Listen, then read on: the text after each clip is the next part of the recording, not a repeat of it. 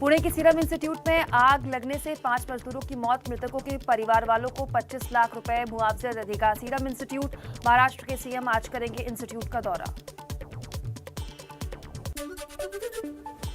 Serum institute में बीसीजीआई का टीका बनाने वाली इमारत में लगी आग। कोरोना वैक्सीन बनाने वाली इमारत पूरी तरह से सुरक्षित है। सीरम इंस्टीट्यूट में आग पर पीएम मोदी ने दुख जाहिर किया, ट्वीट किया, मृतकों के परिवार वालों के प्रति संवेदना प्रकट की, घायलों को जल्द ठीक होने की प्रार्थना की। राष्ट्रपति रामनाथ कोविंद ने ट्वीट कर कहा, आग लगने की खबर परेशान करने वाली है, मृतकों के परिजनों के प्रति मेरी संवेदना। केंद्रीय स्वास्थ्य मंत्री डॉक्टर हर्षवर्धन और सीरम इंस्टीट्यूट के सीईओ अदार पूनावाला ने मृतकों के परिवार वालों के प्रति संवेदना जताई। यूपी में कोरोना के टीकाकरण का आज दूसरा दिन। पहले दिन 22,000 लोगों को लगाई गई थी वैक्सीन। पीएम मोदी बनारस में आज कोरोना वैक्सीन लगवाने वालों से बात करेंगे। वैक्सीन लगने के बाद के अनुभव की जानकारी लेंगे।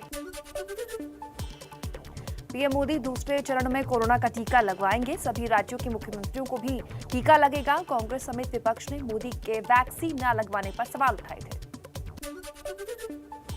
दिल्ली में गुरुवार को पहली बार 50,000 से ज्यादा आरटी-पीसीआर टेस्ट हुए।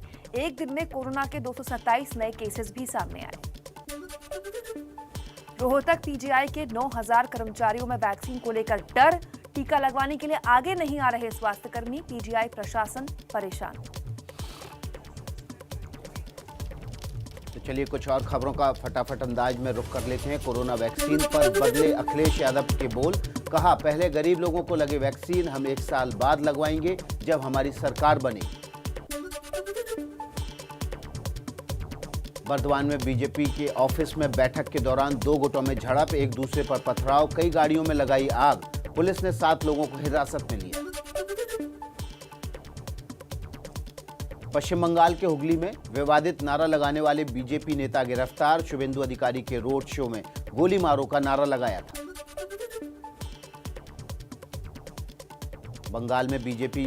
बंगाल में चुनाव आयोग की टीम ने सभी दलों से मुलाकात की। बीजेपी का आरोप, वोटर लिस्ट में बांग्लादेशियों के भी नाम हैं। कहा, राज्य में गृह युद्ध जैसे हालात। बीजेपी के आरोपों पर टीएमसी का पलटवार। कहा, अगर उनको लगता है कि बंगाल में गृह युद्ध जैसे हालात हैं तो वो उनकी पार्टी के अंदर हो सकते हैं, राज्य में नहीं। पीएम मोदी कल बंगाल के दौरे पर जाएंगे। कोलकाता में नेताजी सुभाष चंद्र बोस की जयंती कार्यक्रम में होंगे शामिल।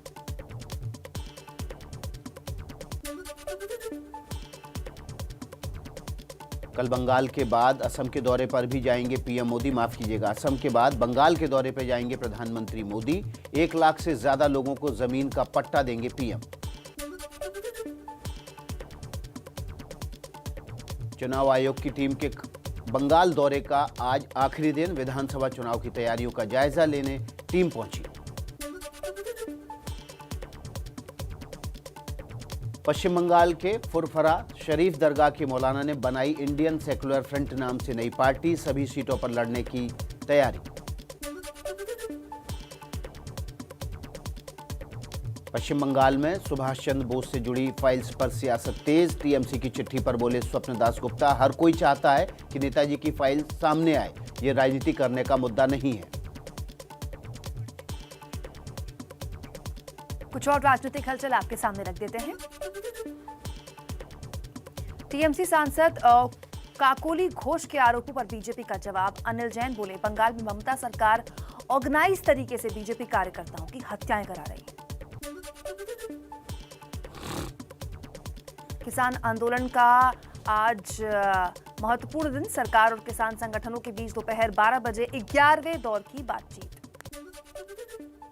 संयुक्त किसान मोर्चा ने सरकार के प्रस्ताव को अस्वीकार किया है।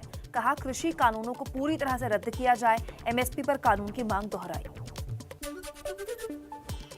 किसानों के साथ बुधवार की बैठक में सरकार ने तीनों किसान कानूनों को 1.5 साल के लिए टालने का प्रस्ताव दिया था। एमएसपी को लेकर नई कमेटी बनाने की बात भी कही थी।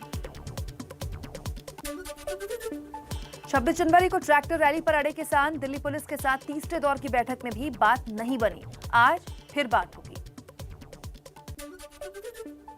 किसान नेता गुरनाम सिंह चढ़ूनी का बड़ा बयान, दिल्ली के रिंग रोड पर होकर रहेगा ट्रैक्टर रैली, सरकार ने अनुमति, परेड के लिए व्यवस्था करे। आईएनएलडी नेता अभय चौटाला की ट्रैक्टर यात्रा दिल्ली बॉर्डर पहुंची। 26 जनवरी को किसानों की ट्रैक्टर रैली में होंगे शामिल। बोले सरकार को किसानों की बात माननी चाहिए। किसान संगठनों को मनाने में हरियाणा सरकार के पसीने छूटे। राज्य में किसी भी नेता को गणतंत्र दिवस पर झंडा नहीं फहराने पर अड़े हैं किसान। यूपी में अभी 26 जनवरी को ट्रैक्टर रैली की तैयारियों में जुटे हैं किसान। मुजफ्फरनगर में सैकड़ों ट्रैक्टर्स पर तिरंगा लगाकर रिहर्सल किया गया। सुप्रीम कोर्ट की बनाई कमेटी की पहली बैठक में 8 राज्यों के 10 किसान संगठनों ने हिस्सा लिया।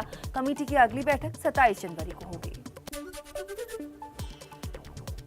किसान आंदोलन को लेकर राहुल गांधी का मोदी सरकार पर निशाना, कहा रोज नए जुल्म और जुमले बंद करो, सीधे सीधे कृषि कानून रद्द करो। दिल्ली में गणतंत्र दिवस समारोह में कोरोना महामारी का असर, पहली बार परेड के रूट में बदलाव। लाल किला के बजाय नेशनल स्टेडियम पर ही परेड खत्म होगी। जैसलमेर में गणतंत्र दिवस को लेकर भारत पाक बॉर्डर पर बीएसएफ ने चौकसी बढ़ाई। जवानों के साथ अधिकारी भी करेंगे गश्त। 27 जनवरी तक जारी रहेगा ऑपरेशन अलर्ट। यूपी में विधान परिषद चुनाव में 12 उम्मीदवार निर्विरोध निर्वाचित। बीजेपी के 10 और समाजवादी पार्टी के 2 प्रत्याशी सदन पहुंचे। डिप्टी सीएम दिनेश शर्मा, पूर्व आईएएस अरविंद शर्मा बने एमएलसी। फेफड़ों में इंफेक्शन की शिकायत के बाद लालू यादव को रिम्स अस्पताल में भर्ती कराया गया। डॉक्टर्स के मुताबिक अभी हालत स्थिर। आज कोरोना टेस्ट की रिपोर्ट आएगी। टूरिज्म, रोड और हालात का जायजा लेने कश्मीर पहुंचा संसदीय प्रतिनिधिमंडल। 31 सदस्यों वाली टीम से नेशनल कॉन्फ्रेंस के अध्यक्ष फारूक अब्दुल्ला ने मुलाकात की। तो चलिए कुछ और फटाफट खबरें देख लेते हैं। राम मंदिर से जुड़ी हुई, राम मंदिर निर्माण के लिए चंदा देने आगे आए पूर्व क्रिकेटर और बीजेपी सांसद गौतम गंभीर, 1 करोड़ रुपए का दिया दान। पत्रकार सिद्दीक कप्पन की रिहाई की मांग पर सुप्रीम कोर्ट में सुनवाई। हाथरस रेप कांड के बाद हिंसा भड़काने की साजिश के आरोप में कप्पन को किया गया था गिरफ्तार। वेब सीरीज मिर्जापुर के खिलाफ भी सुप्रीम कोर्ट में केस दर्ज। सुप्रीम कोर्ट में शिकायत याचिका, मिर्जापुर शहर की छवि खराब करने की कोशिश। मुंबई शहर के बीचों बीच ड्रग्स की फैक्ट्री चलवा रहा था अंडरवर्ल्ड डॉन दाऊद इब्राहिम, गुर्गा चिंकू पठान गिरफ्तार, हथियार भी बरामद।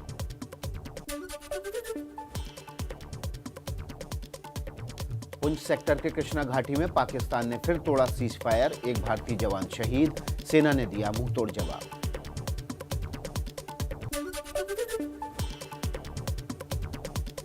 रक्षा क्षेत्र में भारत की एक और बड़ी सफलता, उड़ीसा में स्वदेशी हाई विमान ने स्मार्ट एंट्री एयरफील्ड वेपन यानी SAAW का सफल परीक्षण किया, 100 किलोमीटर तक मार करने में सक्षम। राजस्थान के जोधपुर में फ्रांस और भारतीय एयरफोर्स का साझा अभ्यास जारी, 20 से 24 जनवरी तक चलेगी एक्सरसाइज। अभ्यास में राफेल भी भर रहा है उड़ान।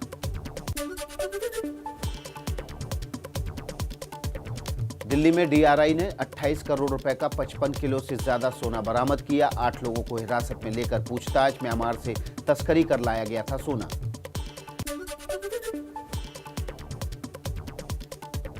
नागपुर में हुड़दंगियों ने मेट्रो में जमकर किया हुड़दंग, ट्रेन में डांसर्स लेकर घुसे, कराए अश्लील डांस, रुपए भी लुटाए। लखनऊ में गैंगवार में पूर्व ब्लॉक प्रमुख अजीत सिंह हत्याकांड का पुलिस ने किया पर्दाफाश, संदीप बाबा गिरफ्तार, सुनील राठी गैंग के शूटर राजेश और मुस्तफा की तलाश में जुटी पुलिस। यूपी के सोनभद्र में एक लड़की की आत्महत्या मामले में पुलिस का बड़ा खुलासा, हरदोई के विक्की नाम का शख्स मुंबई से गिरफ्तार, वीडियो कॉल के जरिए लड़की को खुदकुशी के लिए उकसाने का आरोप। मुरैना जहरीली शराब से मौत के बाद मध्य प्रदेश में ताबड़तोड़ कार्रवाई, ड्रोन कैमरे से शराब माफियाओं पर रखी जा रही है नजर।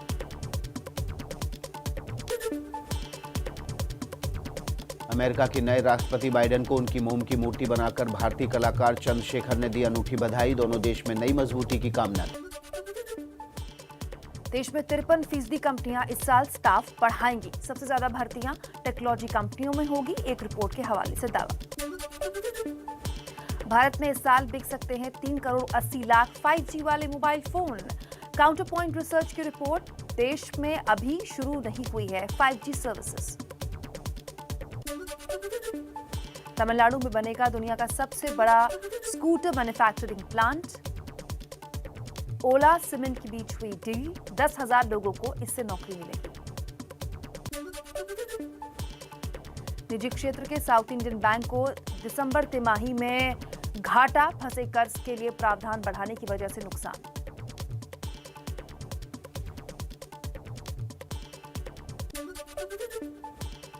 OnePlus का रिपब्लिक डे ऑफर ऐलान, सभी प्रोडक्ट्स पर 26 जनवरी तक भारी डिस्काउंट और ऑफर्स। TVS XL 100 का विनर एडिशन भारत में लॉन्च हुआ। एक्स शोरूम कीमत 50,000 रुपए से भी कम। Kitchen appliances brand Stove Kraft का IPO 25 जनवरी से खुलेगा। प्राइस बैंड 384 से 385 रुपए तय। फंड जुटाने के लिए यस बैंक बोर्ड की आज बड़ी बैठक। दिसंबर में खत्म हुई तिमाही के नतीजों पर भी विचार होगा, फैसले लिए जाएंगे। दिल्ली समेत उत्तर भारत के कई इलाकों में अगले 24 घंटे में बदलेगा मौसम।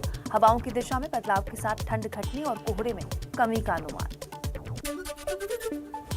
कश्मीर के अंदरूनी इलाकों में बर्फ से बेहाल जिंदगी। बारामूला के उरी सेक्टर में बसे आखिरी गांव चुर्रा तक पहुंचा ABP न्यूज, लोगों ने दर्द साझा किया। लद्दाख में शुरू हुआ 13 दिन का विंटर स्पोर्ट्स फेस्टिवल। केंद्रीय खेल मंत्री किरण रिजिजू ने शुभारंभ किया। आइस हॉकी समेत कई प्रतियोगिताएं। ऋचा चड्ढा के लीड रोल वाली फिल्म मैडम चीफ मिनिस्टर आज सिनेमाघरों में रिलीज होंगी। थिएटर्स में आने वाली इस साल की दूसरी फिल्म है। यूपी की राजनीति पर फिल्म बनी है। हॉलीवुड की बड़ी अभिनेत्री केरा नाइटली की फिल्म मिस बिहेवियर भी आज देश में रिलीज होगी। ब्यूटी कॉन्टेस्ट से जुड़ी हुई फिल्म की कहानी है। प्रियंका चोपड़ा और राजकुमार राव की फिल्म द व्हाइट टाइगर आज नेटफ्लिक्स पर रिलीज होने वाली है। अरविंद अडिगा के मैन बुक पुरस्कार विजेता उपन्यास पर फिल्म आधारित है।